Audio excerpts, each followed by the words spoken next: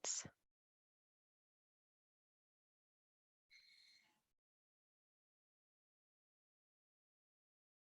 Okay, lovely. So I hope you can all hear me clearly. As Mary said, I'm Jenine Bignall. I'm one of the doctors here at the online Menopause Centre. I'm also an NHS doctor. I'm a consultant in sexual and reproductive health. And I've been asked today to talk about contraception for women over 40. So I hope you find this useful. We'll have some time at the end to ask some questions, and we've also had some questions submitted, and we'll try and go through some of those as well. So the first bit of the talk is looking at perimenopause, or the menopause transition.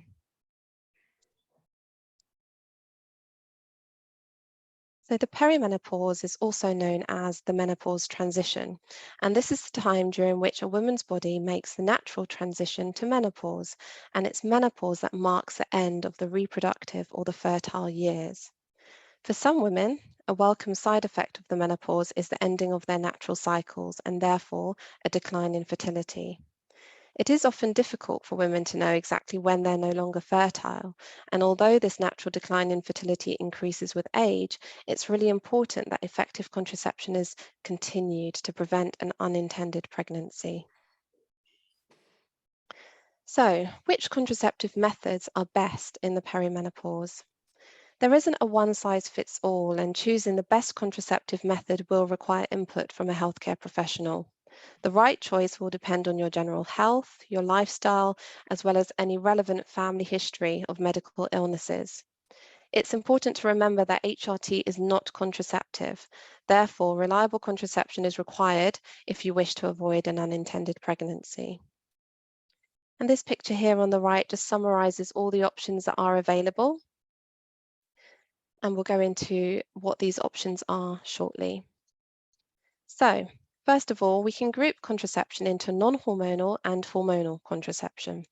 So looking at non-hormonal contraception, first of all, these options include barrier methods. Barrier methods are condoms, so that's male condoms, female condoms, and the diaphragm. Barrier methods also include, non-hormonal options, also include the copper IUD, also known as the coil, and sterilization, which comes in male and female types. So I have some pictures here. So along the top here, you can see these are just examples of standard male condoms. Over to the right here is a female condom, which many of you may not have come across before. It's not widely used, not in the UK at least.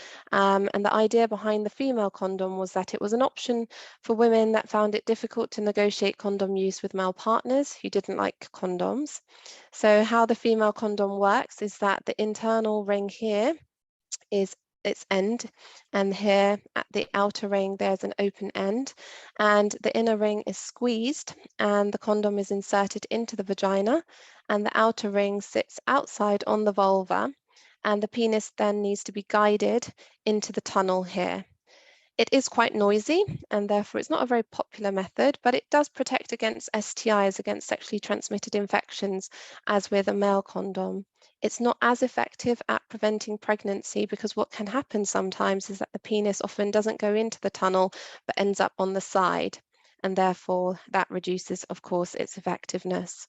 But it's just nice to know that there is this option out there. There's also the copper IUD, commonly known as the copper coil, and this is one here. This here is a diaphragm. So a diaphragm is a type of barrier method that's inserted into the vagina, and this little dome here sits and covers the cervix like a hat on the cervix, and that's the barrier. It needs to be used with a gel, a spermicide gel.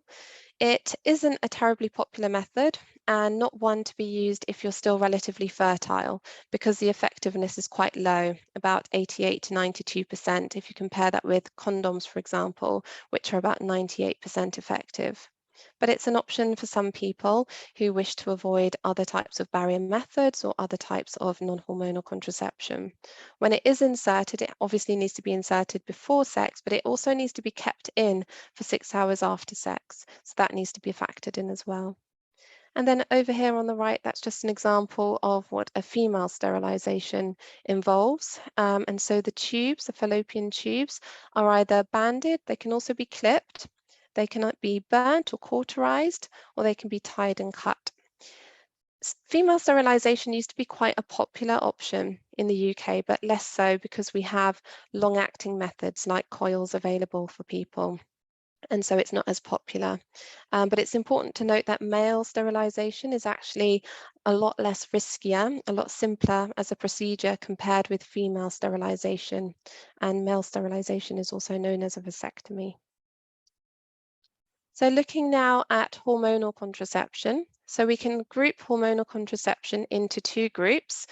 One group is called the combined hormonal contraceptives, and the other group is the progesterone-only contraceptives. So combined hormonal contraceptives, as the name gives away, contains two hormones. So these two hormones are combined, and these hormones are a synthetic estrogen and a synthetic progesterone. So these are man-made hormones. An example of a combined contraceptive is the combined pill, and a brand that you may have come across is Microgynon 30. Progesterone-only contraceptives, as the name suggests, only contain progestogen, so the synthetic progesterone essentially. And there are a variety of different progestogen-only contraceptives, and these include the progestogen-only pill. So unlike the combined pill, this contains just that one single hormone, and you may have heard it being referred to as the mini pill. There's also the implant, the injection, and the intrauterine system, or IUS, or you may have heard this being referred to as the hormonal coil. A lot of the time we get asked whether taking hormonal contraception affects the onset or duration of menopause symptoms, and it doesn't. What hormonal contraception can do is it can mask the symptoms, but it won't determine how soon or how late you have your menopause and how long your menopause will actually last in terms of symptoms. It's really just the masking of symptoms that can occur. So there are some things that you need to bear in mind when considering combined hormonal contraception. With age, the risk of blood clots, heart disease, and stroke increases. And there is actually a link between cardiovascular disease and use of the combined hormonal contraceptives. So it's really important that before taking these options that you've had a thorough assessment with a healthcare professional who will determine whether or not this option is suitable. Certain conditions such as high blood pressure, having had a previous blood clot, being obese, being a smoker, etc., are examples of when this type of hormonal contraception is to be avoided. And this would be assessed by your healthcare professional. Women aged 50 plus are advised to stop using these methods and consider safer alternatives for those reasons. Progesterone-only contraception, on the other hand, is not linked to an increased risk of cardiovascular disease. And as a result, we commonly use it in women that are considered high risk. So these may be women that have high blood pressure, previous blood clot, obesity, who smoke, etc. Women aged 50 plus are advised to stop using the injection, however, and this is because the injection is linked to potentially thinner bones over a course of time of use. So at the age of 50, we normally recommend women on the injection to switch to an alternative, and that alternative could be one of the other progesterone-only contraceptives.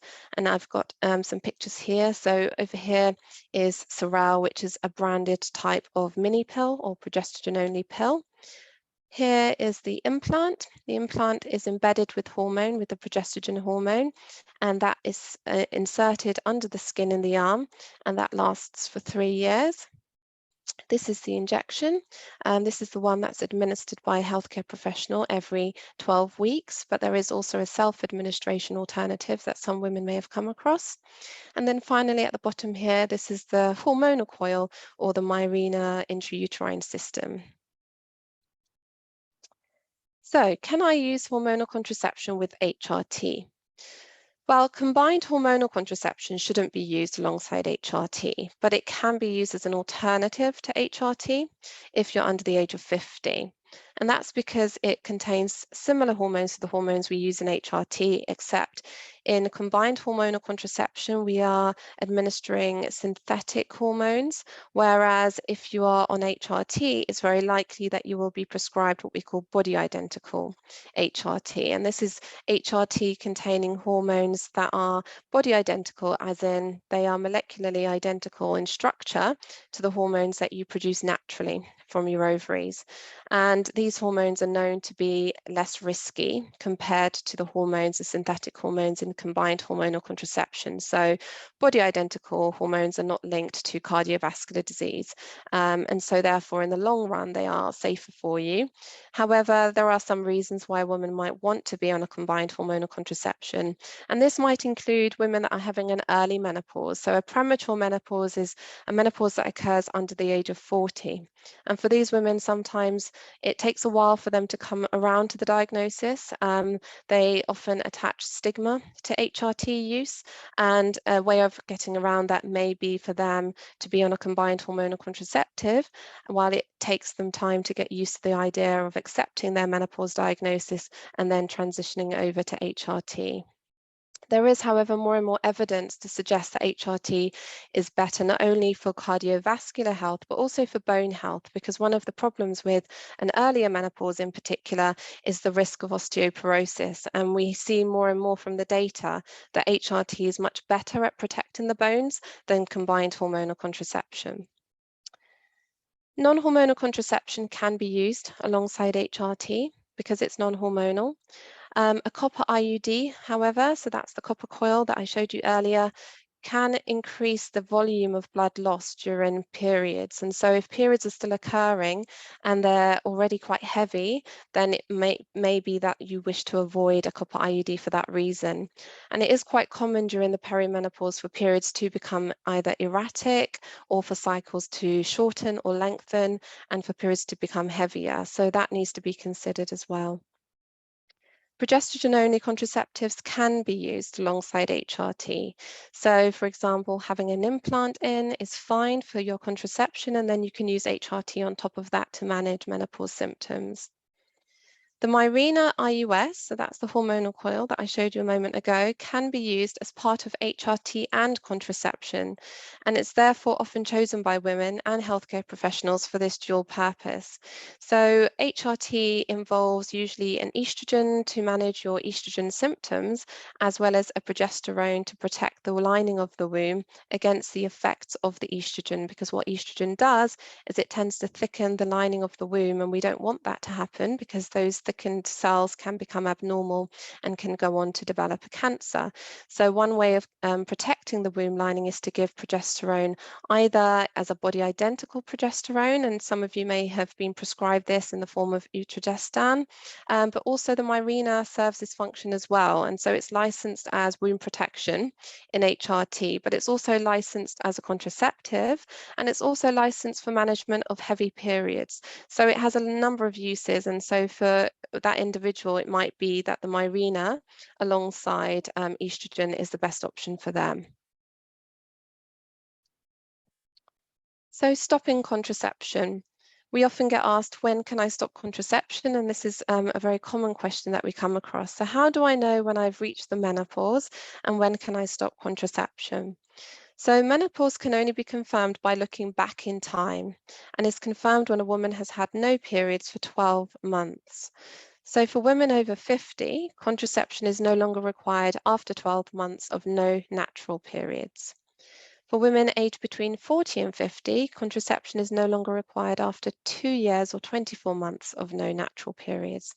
And the reason for the extra time is just because we know that there can still be spontaneous ovulation in women between 40 and 50, even where they've not had a period for a year. So what if I have no periods due to hormonal contraception? So this is really important because above we specifically say natural periods, because in some cases periods may have stopped as a side effect of some hormonal methods. For example, if there is a Mirena coil being used, that quite commonly will stop periods. The implant commonly does this, the progesterone-only pill, and the injection. So in that case, it can be really difficult to know whether periods have stopped as a result of the hormonal contraceptive or if they stopped naturally in the background. So women aged 50 plus, if they wish to know whether or not they can stop their contraception, they can actually have a blood test. And this is a test for a hormone called FSH, or follicle stimulating hormone. And if the level of hormone is in the menopause range, then contraception can be stopped after 12 more months. In general, however, all women can stop contraception at age 55 because the risk of pregnancy at this point is extremely rare, and this includes women who are still having periods. So in summary, contraception during the perimenopause is important if you wish to avoid a pregnancy. The safest options are either the non-hormonal options or those that contain progesterone only. Both these groups of contraception can be used alongside HRT. Combined, so that's the two-hormone contraception, increases the risk of cardiovascular disease, for example, blood clots. And these types of contraceptives cannot be used with HRT. A Mirena coil or a Mirena IUS is licensed for womb protection in HRT as well as for contraception, and it's also a treatment for heavy periods. Contraception can be stopped at age 55 or sooner if the onset of menopause can be confirmed. Your doctor or nurse can discuss the most suitable option for you, taking into account your needs, your preferences, and your medical history. So just to mention that if you are experiencing symptoms and you want to discuss your symptoms with one of us at the OMC, you can actually have a discovery call, so a free 15-minute discovery call, and Mary can talk you through what can be offered for you. And if you're then interested, you can go on to book an appointment. So now I think it's time for questions.